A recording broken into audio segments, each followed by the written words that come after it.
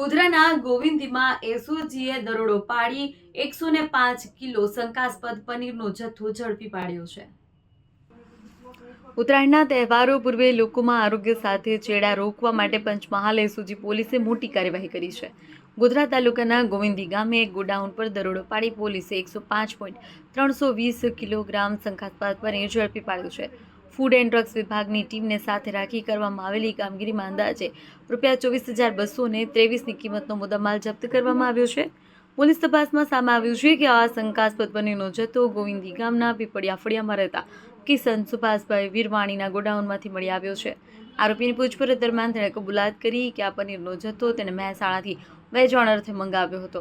તહેવારો દરમિયાન ભેળસેળયુક્ત ખાદ્ય પદાર્થોનું વેચાણ ન થાય તે માટે પોલીસ અધિક્ષકની સૂચના મુજબ ઓપરેશન હાથ ધરવામાં આવ્યું છે।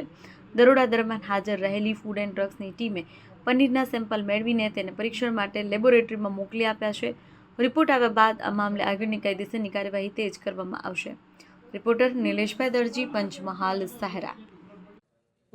શ્રી આરવી અસારી સાહેબ, આઈજીપી પંચમહાલ રેન્જ અને પોલીસ અધિક્ષક શ્રી ડૉક્ટર હરેશભાઈ દુધાત સાહેબની સૂચનાથી એસઓજીના ઇન્સ્પેક્ટર શ્રી આર એ પટેલ અને તેમની સાથેના પીએસઆઈ અને ટીમોને આગામી ઉત્તરાયણના તહેવારોને અનુલક્ષીને નકલી ખાદ્ય ખોરાક બનાવતા હોય, વેચતા હોય કે હેરફેર કરતા હોય તે બાબતે વોચ રાખી અને કાયદેસર કાર્યવાહી કરવા જણાવે, જે અનુસંધાને ગઈકાલ રોજ એસઓજીના પીએસઆઈ બીકે ગોહિલના હોય ફૂડ એન્ડ ડ્રગ્સના અધિકારીઓને સાથે રાખીને